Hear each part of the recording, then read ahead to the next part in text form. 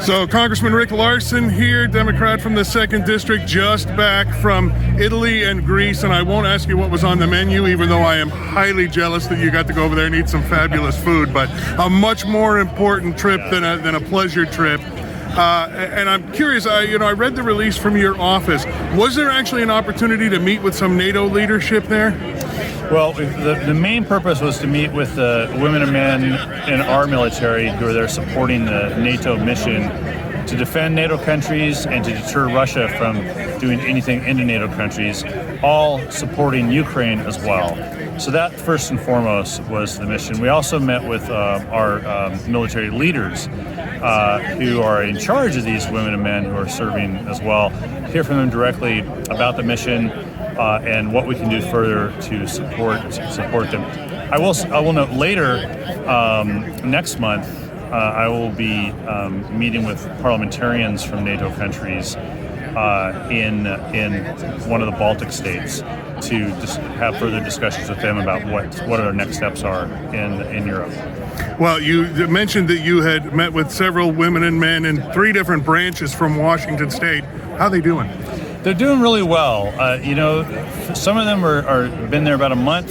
Some have been there through COVID, and so it's Europe is just sort of crawling out of COVID right now too.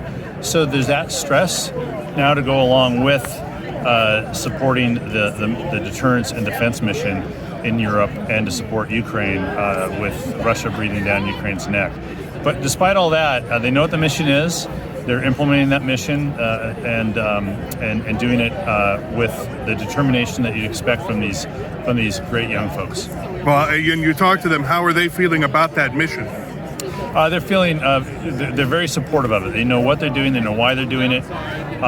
They understand that this isn't just about Ukraine. This is about defending the NATO and about the U.S.'s role in being a leader and a supporter of NATO. And it's not just Europe. I say NATO is a transatlantic alliance. It's not a European alliance. It includes Canada and the U.S. It crosses the Atlantic. It goes both ways. Our security here in the United States is tied directly to the security of Europeans, and that's why NATO is so important.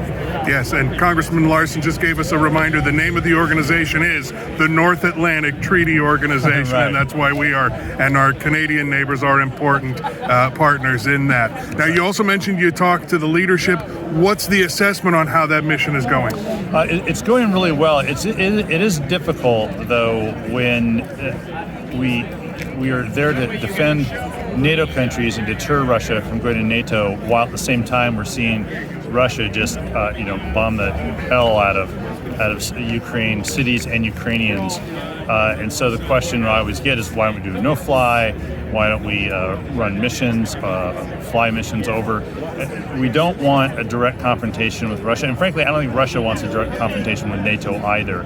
But we have approved over nearly $14 billion of economic, military, and humanitarian aid just from the United States.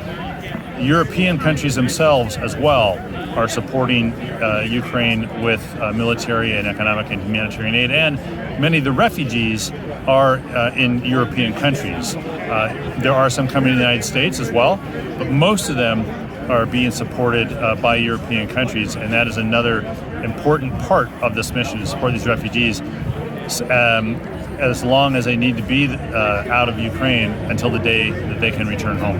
Yeah, and I know you're going to meet with some Ukrainian refugees that are here later today. What do you expect to hear from them? What I expect to hear from them first is to continue to support Ukraine and find ways to kick Russia out of Ukraine. That's the first thing I expect to hear. The second thing I expect to hear is anything that we can do here locally to support them. We have a strong refugee support network.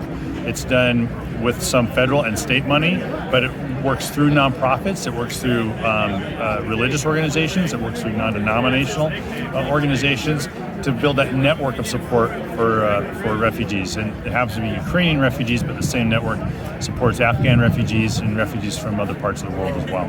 So the one thing I definitely want to ask you is, because there was some talk about Ukraine agreeing not to join NATO in the future in a capitulation and a way to appease Vladimir Putin a little bit. what's your sense that we might ever see them in NATO in the future? NATO has an open door policy, and it is up to individual countries and their leaders to freely choose whether or not they want to get on the path to join NATO. And joining NATO is not a turnkey operation. You don't say one day I want to join NATO, and then you join NATO. There's a pathway to do that. And I'll leave it to Volodymyr Zelensky, the president of Ukraine, and the Ukrainian leadership to make their decisions about whether or not they want to join NATO. They are invited to join NATO, and it's always been about their choice whether or not to join NATO. And I think we need to maintain that position. That said, we also need to maintain the pressure on Russia. We cannot let Russia force countries to make choices that they otherwise wouldn't have made but for being invaded, an unprovoked invasion of Ukraine by Putin and the Russian military. All right, very good. Congressman, thank you.